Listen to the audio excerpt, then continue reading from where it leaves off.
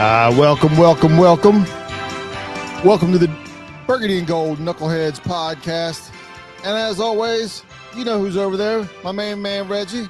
What's going on, Reggie? What's up, Ken? How you doing, man? I'm doing well. All things considered, it got a little bit of an extended break. We got a full weekend of not having to be. I mean, I watched some football, but I didn't have to be locked down for 3 to 4 hours like I am if Washington's playing on Sunday.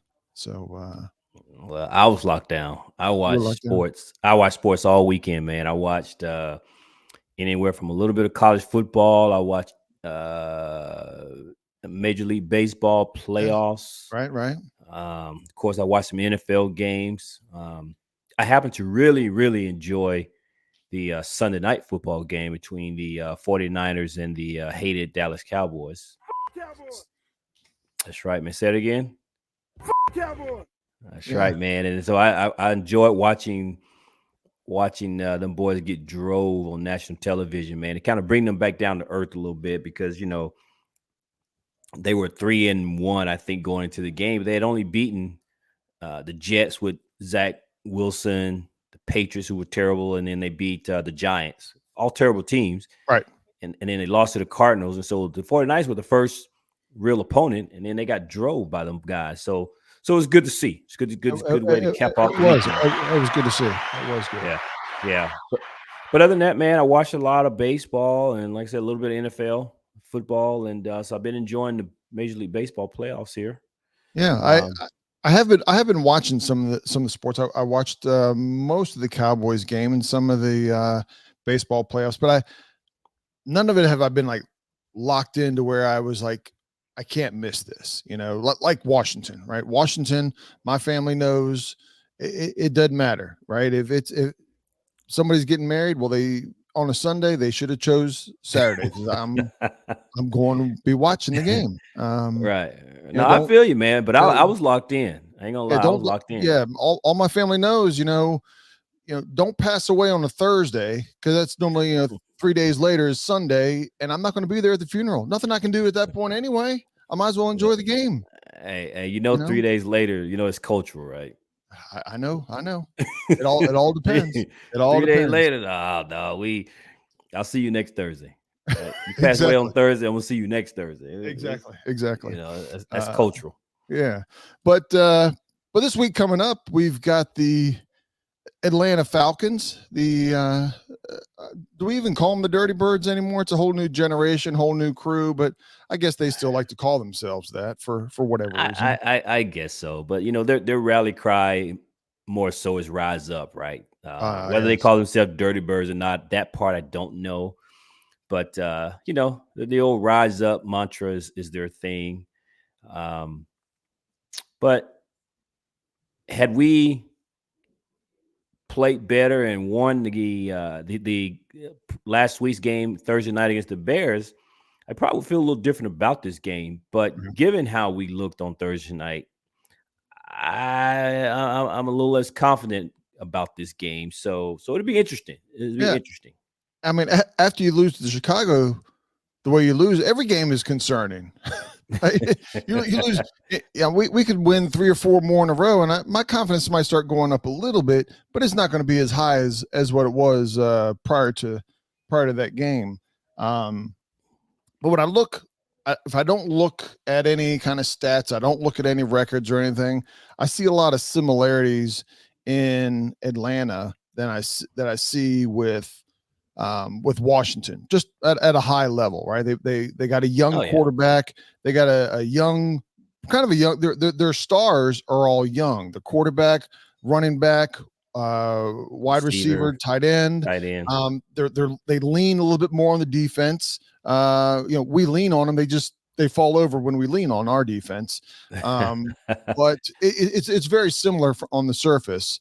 And we're almost a mirror image of each other. Right? Yeah.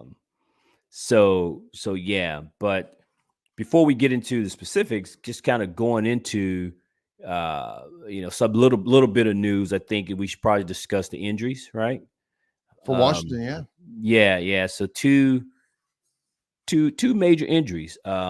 one to a starting safety. They're both safety, but our starting safety, Derek Forrest, has a fractured shoulder, I think is the way it was reported. He's on IR, so as you know, that's a minimum 4 weeks to be out. But I think the reports have not come out with any definitive answer about exactly how long he'll be out.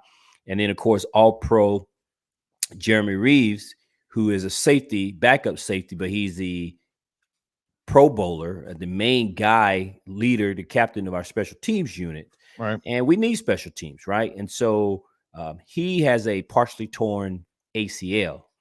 The suspicion with him is that he will probably be out for the remainder of the season. But again, nothing has been said definitive about either of these guys and the length of their injuries on the injury reserve. So, but those are two key contributors to our team that we're now going into the not only the Atlanta game, but the several games in the foreseeable future where now we're having to play our backups, right? So now you got the Percy Butlers of the world. Quan Martin is going to come in and play a little bit more. As we know, he's not gotten any defensive snaps, just special team snaps. So we're about to find out, man. We're about to find out the depth of our secondary going into what is already has been a questionable defense to begin with, and now all of a sudden we've lost some depth. Yeah, I think going into the season, we thought that our secondary might have been, fairly deep, both at safety and cornerback, but they just haven't played that way. Right. We'll see how they scheme up with Atlanta. Atlanta is definitely more of a running team and more of a ball control team. I mean, they're probably going to look at tape against Washington and know we're susceptible to the big play, but overall, that's not it hasn't been their game plan up to this point. It's been definitely more ball control, and with that, taking some of the pressure off of their quarterback. So yeah, just let you talk about that for a second. Yeah, man, again, as we mentioned earlier, the Atlanta Falcons on paper is essentially what we are, as we mentioned earlier. And so they're undefeated at home. They're 3-0 thus far this season. We're very comfortable, but man, they are about to trot out what is most people consider a generational type runner in Bijan Robinson. This game, ironically, is the battle of the B-Robs, if you will, right? There's Bijan Robinson and then our guy, Brian Robinson. And there was a poll on Twitter, who's going to have the better game. And I responded and said, I think Bijan Robinson, because he's featured more. He's featured more in their offense. So I think he'll have a better game. But man, that guy he's a generational talent. And on paper, this is a pretty even game. I think as of the last time I checked, they meaning the Atlanta Falcons are 2.5 point favorite over Washington going into this game. So it's gonna be interesting, man.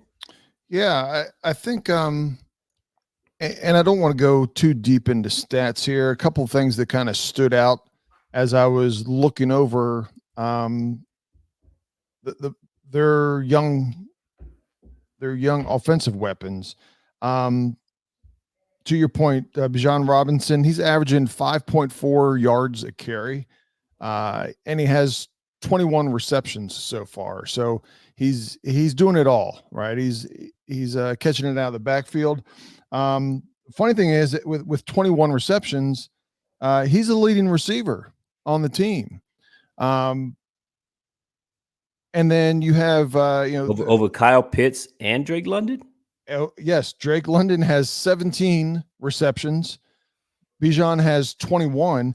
And then if you go to the tight ends of Pitts and Smith, they have more. They have I believe it is 18 and 20 or 21 between the two of them. So so when you look at it, the Desmond Ritter is throwing to his back out of the backfield and hitting his tight ends more than his wide receivers. And so that's a check down game. That's a control game, right? And again, this is what a lot of teams do conservatively. And their conservative ways are only yielding them about 16 and a half points a game. So, Washington is averaged, even with our bad play, Washington has averaged 21 points a game. Doesn't mean that's what we're going to do this week. We may do more, we may do less. The Falcons defense, whether it's points allowed or yards allowed, are both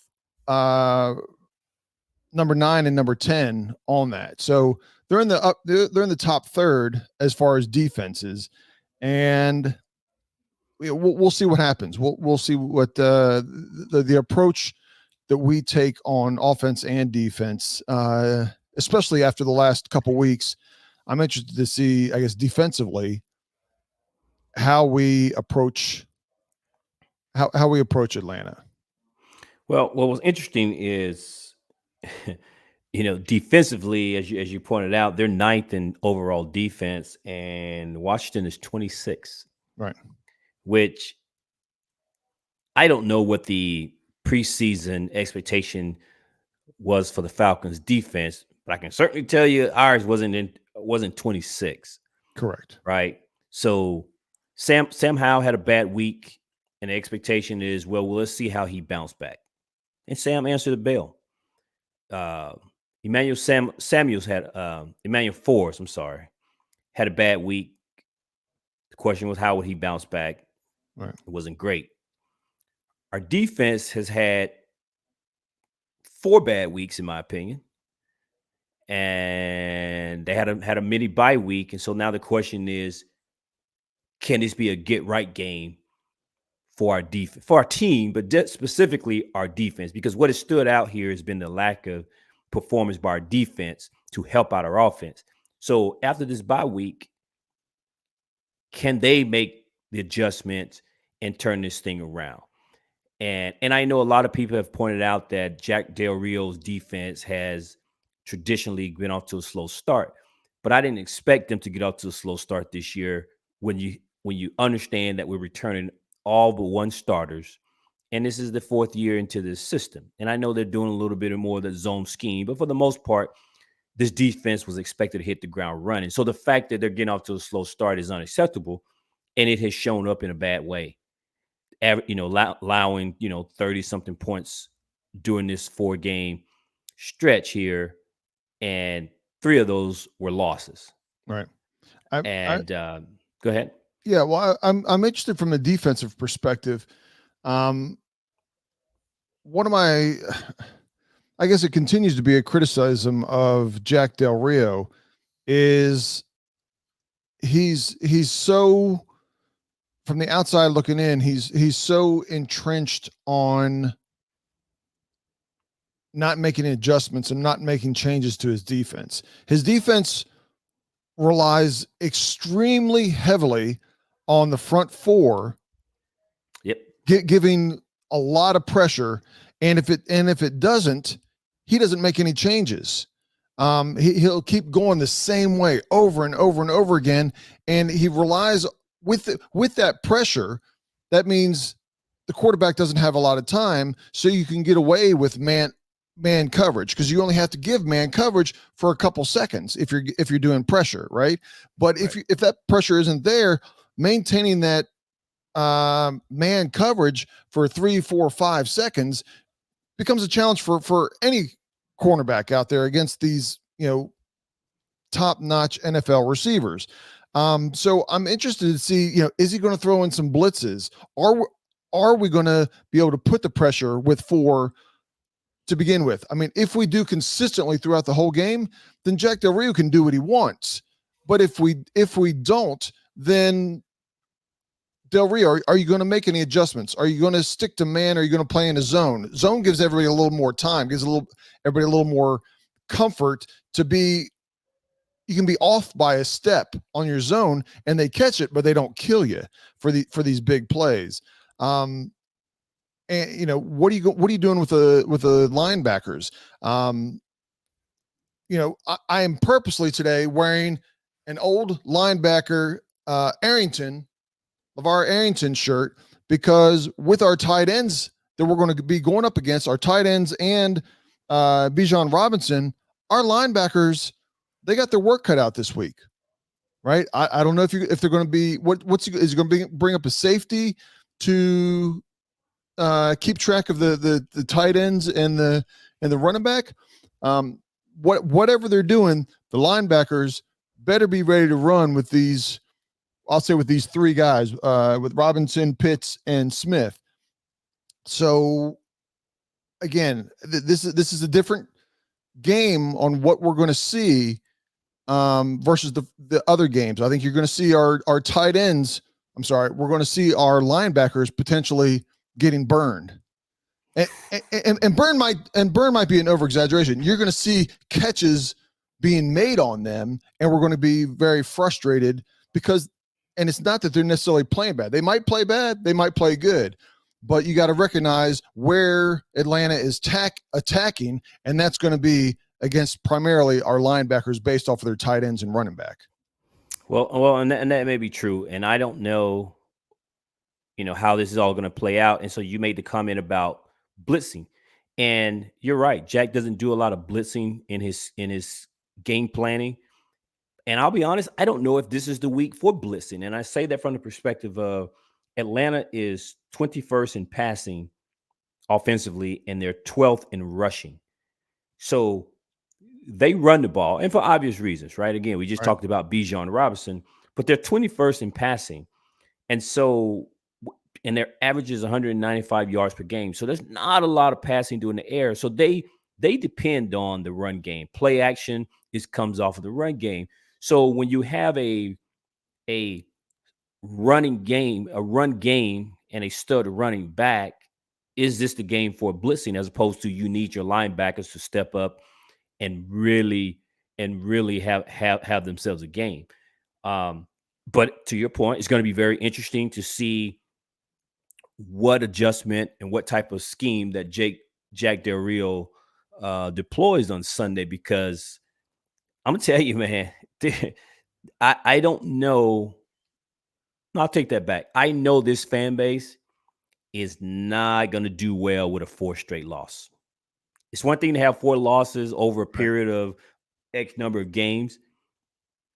You can be 8-4, right? 6-4, but there's no way this team could be 2-4 with 4 straight losses. That's going to be a huge, huge problem. Yeah. I know a lot of people were making a big deal about, Magic Johnson's tweet compared to what was it? What I'm going to call a snapshot of Josh Harris in the booth, seemingly not frustrated about the game.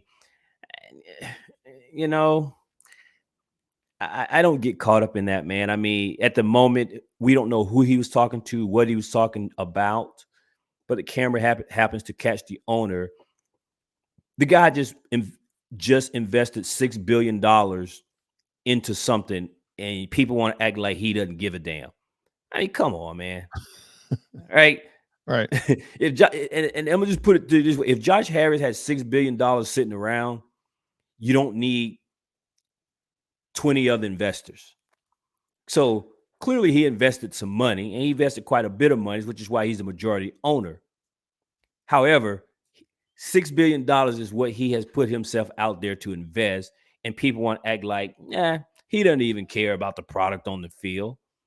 People, come on, right? Everybody knows that this was a year for the ownership group to get a glimpse, get a look behind the scenes. I mean, for crying out loud, they purchased the team. The sale of the team went final roughly a month before the season started.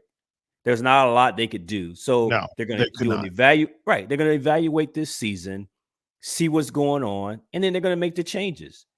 I mean, he's doing exactly what people had an issue with Dan Snyder. Dan Snyder was a meddling owner, right? So Josh Harris decides to say, hey, we're just going to let this run out and see what happens. And now everybody wants him to get involved and be what? A meddling owner. It's like people don't know what the hell they want to do, man. It's like you can't have it both ways. Yeah.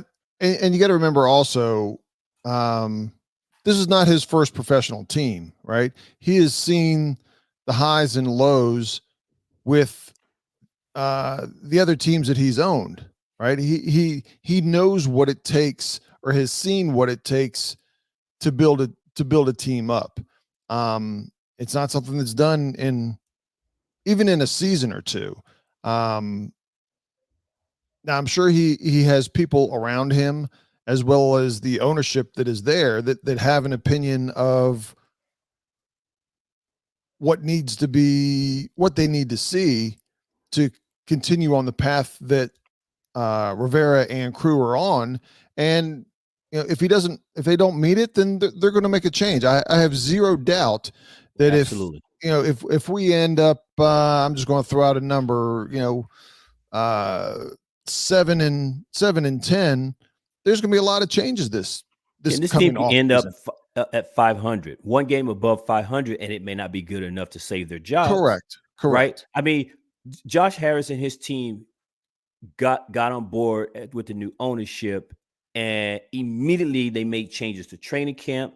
They immediately invested $20 million, almost $100 million between training camp, the stadium upgrades, and all the things behind the scene within a month of the season. And yet all of a sudden they're not paying attention to what's happening on the field. I mean, come on. Right? I mean, look how quickly they made changes at the stadium and at the training facility. They went and talked to the players, and they've made upgrades all across the board. Yeah. But all of a sudden they're just completely ignoring the games on Sundays. And they know what, I mean, it's not any kind of earth-breaking news here that wins brings fans to the stadium. Wins brings fans to the store to buy Washington merchandise. Wins has more people watching, which means more advertising dollars. Yes, they're there to make money, and they recognize that winning at a high level brings more money. Absolutely. Absolutely. It's a whole lot easier to have a winning team it's a whole lot easier to get a new stadium when you have a winning team versus a losing team. Everybody wants a winning team coming to their town to build a new stadium. So of course, but these Twitter GMs and Twitter owners will lead you to believe that they know all the answers, and they can tell Josh Harris, Magic Johnson, and all of them what they need to do. But those kind of people will change. As they say, whichever direction the wind's blowing is the way that they're gonna change. For sure. And that's not the way you are successful in this league. Up to this point, again, what we've seen has been small, but all the talk and the approach that the current ownership group has, to me, they have the right attitude. They're saying the right things, even though they're doing little things at this point. I like what they've done, and I've got no reason to believe at this point that they won't continue to do what needs to be done for Washington to be successful. I agree, and I'm certainly not questioning what they're doing and what they're not doing. 5 games into a 17 game season. Correct. I mean, come on, man. But anyway, we're getting off topic here. In terms of the Falcons, right? And we talked about what our defense is going to do with them against their offense, where we have an offense too. And so defensively, as I mentioned earlier, they are 9th in total defense. They're allowing average of 295 yards a game. Pass defense is pretty good. They're only allowing 190 yards a game average defensively passing. And then from a run defense, they're allowing 100, just a little over 104 yards per game. So defensively, they're pretty good. They're pretty good. They're a lot better than we are statistically. In comparison, we're allowing 372 yards a game, almost 100 more yards per game. Pass defense, we're allowing 239 in comparison to their 190.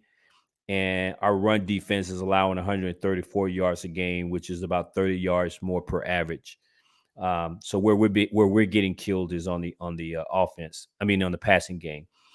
Well, But nonetheless, I will say to that, they've played against two rookie quarterbacks, right? They played Carolina the very first game, so it was a rookie quarterback his very first game, and then they played Houston. So they're going against some teams that they're not going against all pro QBs, is your point, right? Yeah, well, they played against Detroit, which is a solid team, and they lost that, right? 20-6. And then they lost to Jacksonville, which some people think is a decent team. Some people are still questioning them, but they lost that game 23-7. So again, I think their defense being number 9, it might be a little bit of a stretch. They're not a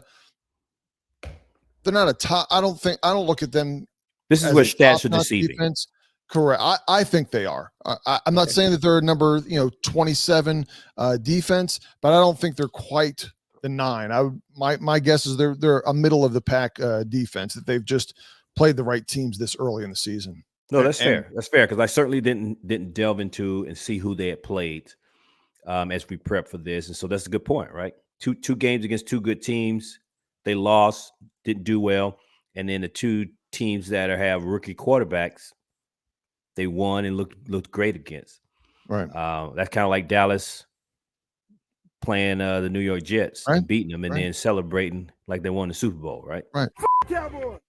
So I get it. And so that's a good point. I appreciate you bringing that up. But from an offensive standpoint, we know Washington is 17th in total yards. We're 11th in passing and 23rd in rushing. Now, to your point about stats, we're 23rd in rushing because we don't rush it. We don't run the ball. Exactly. And Sam does throw the ball. I mean, in the last game against the Bears, he dropped back 55 times, which is, I still say, is way too much. Right. But whatever. Ron and Eric Bieniemy wants to say that the game dictates a lot of that. So be it. But Washington is 11th in passing, man. We're averaging 233 yards per game. And I think the offense needs to get off to a quick start on this game. I think they need to come out, and it needs to look very much like how we started against Philly. Our first drive, we need to go down and get points. Whether it's a field goal or touchdown, ideally you want a touchdown, but we need to establish that we're going to be here all day. So the first drive, whether we win the toss or not, needs to be points. And then at that point, our defense can come out and try to stop these guys, and then hopefully get some more points on our second drive. But this whole 3 and out to start the game, man, they can't do that against a team like Atlanta. Yeah, I think overall, I've not that Washington is going to go and hang 30 points. Maybe not on anybody this year, or not that they can't do it, but to expect it is not realistic. But I think, Washington is good for, against most teams in the, a bad game might be 17. Average is probably, so far average has been, they've averaged 21 points. So I'd say 21 to 24 points on average. And it's a matter of, can our defense slow these teams down at all? I mean, if you told me that we were scoring 24 points every single game this year, I would think that most games our defense would be able to hold them to 23 or less. Not they're going to hold them to 10 points, but in the, in the 16 to 20 range, and still every game would go down to the last 5 minutes or so, but we would come out ahead more than we would come up short. And, we talked about it earlier. We'll continue to talk about it. The defense just needs to meet their expectations, and maybe after the third or fourth year here, maybe the expectations is fool's gold. But time will tell here. Yeah. And I don't know. I don't think we touched on it. If we did, you can stop me here. But for the crowd that wants the ownership to fire Ron and fire Jack Del Rio, listen, man, it's not going to happen. It's just not going to happen. It's not going to happen. No, not right now. Not coming off of the debacle against the Bears. Right. And unless this team goes on a 6-8 game losing streak, even then I'd be surprised. I think many people know that felt like most likely this was Ron's last year, and I think Josh Harris is going to give Ron the courtesy to kind of finish this year out, and the chips going to fall where they may. But I always ask the question: if they fire these guys, then who's next? Right. Who's next? Well, I think to your point, obviously, almost no team has somebody waiting in the wings to be better normally, right? Unless you got a former head coach on your staff. Correct, but I'm saying normally that's not the case. You're normally not better off, with the exception of if you truly lose the locker room. And I don't mean just kind of a little bit. I mean like totally lose the locker room, lose the respect of everybody. Then that would be a different situation. But that's not going to happen with Ron. Right? Ron's not going to lose. They may not win another game for the year, but he's not going to lose. Ron's not going to lose the respect of the guys. They may, halfway quit on themselves, but that's not how Ron rolls, and that's not his relationship with the players, and that's not the type of players that he's brought in to give him credit from a character perspective. But I agree. And me saying that they're not going to fire these guys doesn't mean that I'm advocating for Josh Harris to retain these guys at the end of the season. I'm just saying they're not going to fire these guys, despite how much displeasure we have of them as coaches and what they've done and not done so far this year. Yeah. But yeah, I think I'm a little bit interested in how, without going really deep into it, I'm interested in how Bieniemy attacks this defense. I think the games that we've done well in offensively, or when we've moved the ball offensively, it's been getting Terry involved, and throughout the game. We don't have to go big to him. We don't have to go for home runs with him, but we need to have him involved and make sure the defense is keeping an eye on him. And because that's freed up other guys. When he's gone a quarter or a half, and it's like, man, when's the last time Terry caught a ball? Normally that means the rest of our offense is struggling as well. So get Terry the ball. And I like I said, once that happens, it seems like the other guys all of a sudden are getting open, and there's some form of creativity. And whether it's creativity or whether when he gets going, that has safeties leaning over towards him, which frees up other things, other receivers or tight ends. It remains to be seen how we approach this game. Needless to say, we've not seen the production out of our wide receiver group, which, during the off season, man, we all felt like we had probably one of the best wide receiver groups in the NFL with Terry, Jahan, and Curtis Samuel.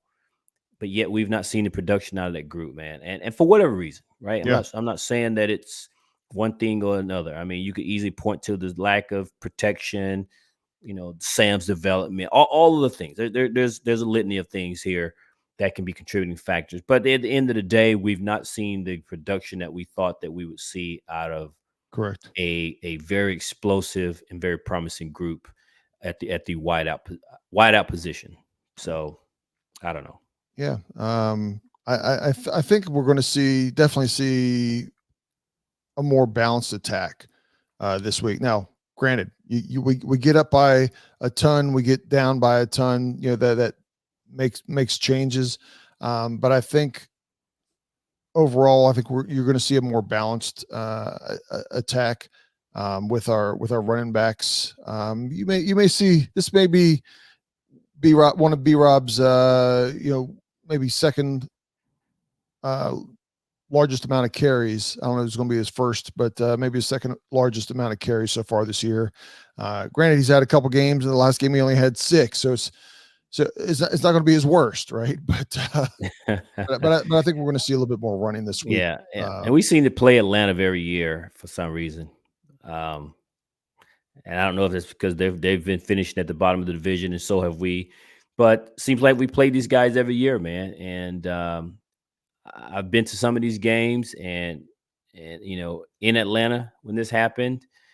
And let me tell you, I remember the Kirk Cousins interception that was a pick 6 return for a touchdown when the Shanahans was there. I was there, and so these games are always seems to be a little close. And I don't expect this Sunday to be any different. Okay, so we'll see what happens, man. Well, with that being said, is it that time, Reg? Ken, I think it's that time. Man, they're all happy. They're excited. Oh yeah, it's a segment that everybody's looking forward to week after week after week. Gather kids around because it's that time. What's your name? What's your number? And for those that don't know, this is a confidence level. This isn't a score. This is the confidence level on how we feel from 1 to 10. From 1 to 10 on how we feel about walking away with a win. The win could be by 1 point. It could be by 100 points.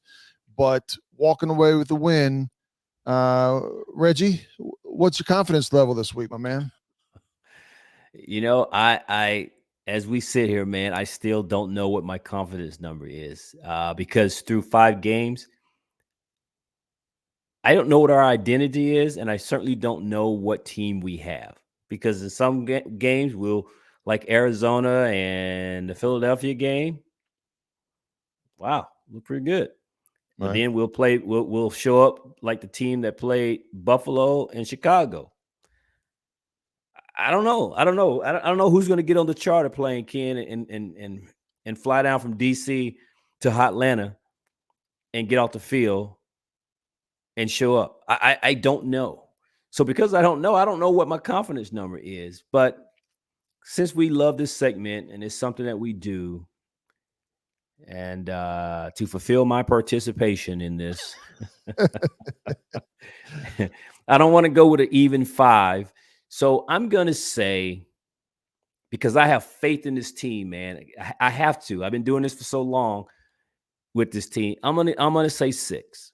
I'm going to trust and believe, because this is very typical of Washington, right? We'll have a terrible game and we're ready to burn it all down, and then they'll come out and play a hell of a game and make us all believe that it's all turned around until the following week. So I'm going to say this is the week that they turn it around and we see the team that I think we've all been looking for all season. And I think we're going to see a little bit of complementary football on both the offense and the defense, and they win this game. So I'm going to give it a 6. Give it a 6. I can appreciate that. I can appreciate that. And everything you said is dead on, right? It's what team is going to show up. If somebody looked into a crystal ball and said we were going to blow them out, wouldn't surprise me. If somebody looked into a crystal ball and said, man, it's not quite as bad as Chicago, but it's not going to be good, it wouldn't surprise me. Yep. Right? I think the talent, as well as our mistakes, could go either way with that.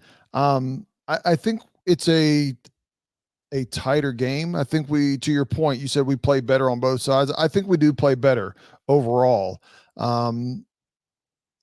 It wouldn't surprise me if we still give up a big play or 2, but at the end of the day, we're going to come out with a win on this. My number before you even gave it, I was already locked in at a 6 myself. And I think it's going to go down to the end. I think, I don't think we're going to be coming back. I think we're going to be trying to keep Atlanta from, keep them from coming back. But I see us winning and walking away with a win. And it'll be something that it wasn't a perfect game, but it's something to build on for the rest of the season.